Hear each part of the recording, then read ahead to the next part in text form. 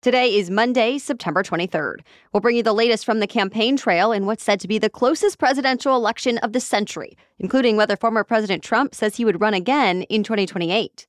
Also, it looks like there's a bipartisan deal in Congress just 1 week before a possible government shutdown, where this new spending plan would and would not direct money. Plus, a 1-week warning for anyone with student loans, why Cards Against Humanity is suing Elon Musk, and which movie brought in the most money at the box office for the third weekend in a row. Those stories and even more news to know next. Welcome to The Newsworthy. All the day's news in around 10 minutes. Fast, fair, fun, and on the go. I'm Erica Mandy. Thanks so much for being here. You ready? Let's do this. Both presidential candidates were pitching themselves to voters in swing states over the weekend. One issue that was top of mind, abortion. Vice President Kamala Harris spoke forcefully in Georgia and Wisconsin about the pain experienced by women in states with abortion bans. She placed the blame for their suffering on Republicans and former President Trump. Trump posted on social media and talked about it at a rally in North Carolina, saying women won't have to think about abortion if he wins the election because the issue has been returned to the states to decide. Also in North Carolina, Trump leaned into attacking Democrats on border security and illegal immigration. That said, more than 700 national security officials signed an open letter endorsing Harris, calling Trump impulsive, ill-informed, and a threat to national security and American democracy. Trump's campaign responded, saying it's, quote, the same people who got our country into endless foreign wars. But don't expect the two to talk it out on the debate stage. While Harris said she accepted an invitation from CNN to debate next month, Trump said it's too late since voting has already started. Also yesterday, when asked, Trump, who is 78, said he would not run again if he loses in November, but said he hopes to be successful this time. Election Day is 42 days away. There's only about a week left before there could be a government shutdown, but it seems congressional leaders from both parties have agreed to a deal to avoid that outcome. It's a short-term spending bill that would fund the federal government only for a few months through December 20th. In order to get this more bipartisan deal done, Speaker of the House Mike Johnson dropped a proof of citizenship measure that had been voted down last week. Some of the most conservative Republican lawmakers, along with former President Trump, had wanted to include a mandate for states to require proof of citizenship when people register to vote. But they couldn't get enough Republicans on board, and Democrats were against it too. So instead, this new bill, if passed by Congress, would be fairly bare bones with the addition of a few things, like an extra $231 million for the Secret Service. Of course, that comes after 2 assassination attempts against former President Trump, and a newly released internal review that found the Secret Service is responsible for multiple security failures that led to that first attempt back in July. Now, a bipartisan majority is expected to push this short-term spending bill through this week. And if that happens, it tees up another funding fight for later this year, after the election and ahead of the holidays. The violence and tension between Israel and Hezbollah is only escalating, and it's causing international concern now about a new all-out war in the Middle East. The latest, the Israeli military began its latest wave of attacks on Hezbollah targets in Lebanon early this morning, warning residents of southern Lebanon to leave immediately. It comes after Hezbollah fired over 100 rockets into northern Israel over the weekend, with some landing near the city of Haifa, the third largest city in Israel. The leader of Hezbollah, the Iran-backed militia and U.S.-designated terrorist group in Lebanon, declared an open-ended battle. He called the sophisticated attacks on their pagers and walkie-talkies last week a historic blow. The Israeli president emphasized they did not want this war. Hezbollah began firing rockets into Israel in solidarity with Hamas after the October 7th attack last year. And there's been daily tit-for-tat violence over the Israel-Lebanon border ever since. Israel says it wants to allow its residents to return to their homes along the border, and the Israeli prime minister now says they'll do whatever it takes to restore security. President Biden says he's worried, but still working to keep a wider war from breaking out. The United Nations is warning that civilians on both sides will pay the price. To be continued. Well, a mass shooting in a popular nightlife district in Birmingham, Alabama, has left at least 4 people dead and at least 17 others injured. It happened outside a hookah and cigar lounge Saturday night. Police say a vehicle pulled up, multiple shooters got out and began firing and then fled the scene. Apparently, they believe it was a targeted hit on one of the people who was killed, but multiple people were caught in the crossfire. At last check, authorities are still searching for the suspects. Pennsylvania's 3 Mile Island nuclear plant, which was the site of the worst nuclear accident in U.S. history, is set to reopen. Now, to be clear, it'll be a reactor that was not damaged or involved in the meltdown back in 1979. But this separate reactor was still shut down several years ago because it couldn't compete against other cheaper energy sources. Now, a 20-year deal between Microsoft and Constellation Energy will bring it back online. The reason? To feed Microsoft's growing need and ambition for artificial intelligence. The deal highlights the massive amount of power that's needed for AI data centers, alongside the goal of having carbon-free energy. Unlike power plants using fossil fuels like coal or natural gas, nuclear plants do not directly release carbon dioxide or other greenhouse gas emissions that are blamed for global warming. Constellation Energy says the deal will also create 3,400 jobs and bring in more than $3 billion in state and federal taxes. But critics question whether reactors that began operating decades ago can come back online safely. A restart will require safety reviews, new permits, and more. If approved, the plan is expected to reopen by 2028. We have more news for you coming up, but first, a quick break.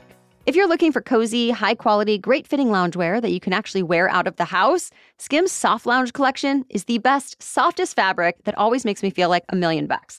You already know I love my soft lounge long slip dress. I don't always know how to feel about tight dresses, but this one just works. It looks as casual or fancy as I want, yet it's so easy to throw on and go. My latest get is the soft lounge tank paired with the fold-over pant. So stretchy, soft, and cute, I can wear them separately or together, both around the house or on the go. Plus, my soft lounge sleep set is the most cozy thing to wear at night as the weather turns a bit cooler. So yeah, I keep going back for more. Shop the SKIMS Soft Lounge Collection at skims.com. Now available in sizes extra, extra small to 4X. And if you haven't yet, be sure to let them know I sent you. After you place your order, select The Newsworthy in the survey and select my show in the drop-down menu that follows. Okay, now back to the news. Despite the Fed making a big cut to the benchmark interest rate last week, another key gauge of borrowing costs actually went up. 10-year Treasury yields have risen about 0.1 of a percentage point since the Fed's move. Why? Well, the federal rate tends to affect interest on money borrowed now or in the short term, like on credit cards. But Treasury yields usually determine costs on long-term loans, like mortgages. And those have already been below the federal rate as markets expected high interest rates to come down. So essentially, the Fed's cut was kind of already priced in. So mortgage rates won't necessarily fall further just because the Fed makes more cuts. That said, mortgage rates have dropped from their high a year ago. A new legal settlement is highlighting the risks of cyber attacks on the healthcare industry. A Pennsylvania hospital group will pay $65 million to settle a lawsuit over nude photos of cancer patients taken during treatment that were stolen by hackers and leaked online. Hackers targeted the Lehigh Valley Health Network in early 2023. And as ransom attacks usually go, the hackers stole patient information and threatened to post everything on the dark web. When the hospital network refused to pay the ransom, the info was leaked. So the victims sued, leading to the $65 million settlement, which is a significant payout compared to what typical data breach victims get. Cybersecurity experts say this is a reminder of how important it is for healthcare organizations especially to safeguard sensitive information. And law enforcement authorities do not recommend paying the ransom since there's no guarantee the hackers won't still post the sensitive data. Unfortunately, the FBI says the healthcare sector sees more ransomware attacks than any other. Elon Musk's social media platform X, formerly Twitter, surprisingly reversed course in Brazil over the weekend. The company said it would go ahead and follow a court's orders in order to get Brazil's ban on X lifted.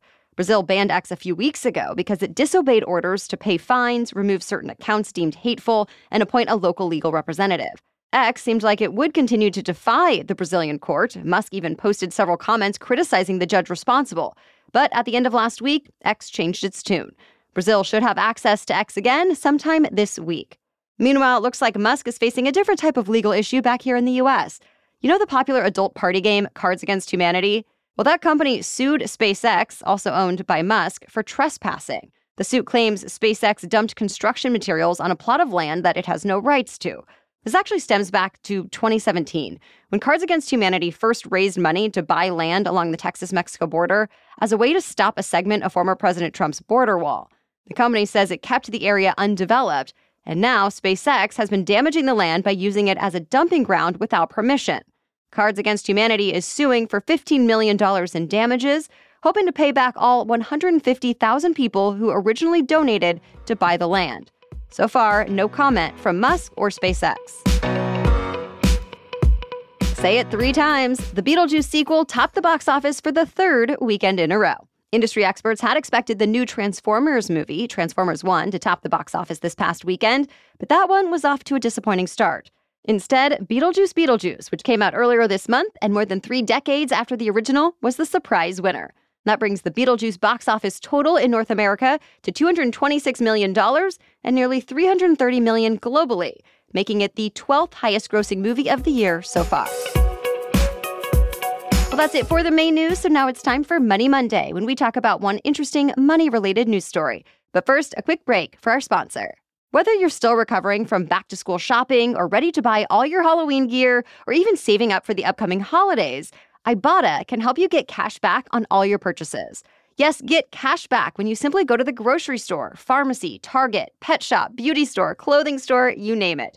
You can save on over 2,400 brands and shop at over 1,000 retailers. And Ibotta is free. It's a free app that lets you earn cash back every time you shop. In fact, the average Ibotta user earns $256 per year.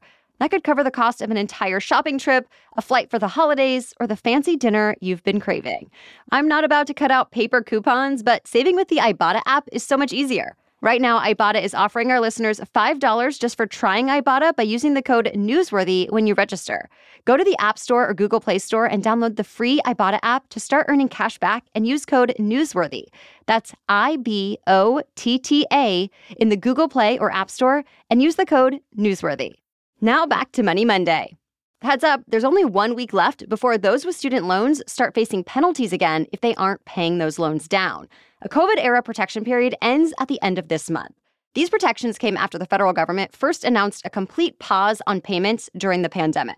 Then, as payments were expected again, there's been a 1-year on-ramp grace period that started last year so that borrowers would not have to pay fees for late or missed payments and wouldn't be reported to credit bureaus. But all that ends on October 1st. So if you're behind on payments or haven't paid, your credit may take a hit, or you may go into default on your student loans. Those already in default need to act soon, too, as another program designed to offer them relief also ends October 1st. The Fresh Start program allowed anyone in default to get their loans out of default with just a phone call. If you haven't made that call by the end of September, your loans will stay in default, which is more bad news for your credit score. Still, lending experts say borrowers do have options to help manage costs. Income-based payment plans are available, for example, or they can contact their loan servicer to see what kinds of deferment or forbearance options are available. All right, thank you so much for joining us today. We'll be back with even more news to know tomorrow. For now, have a great day.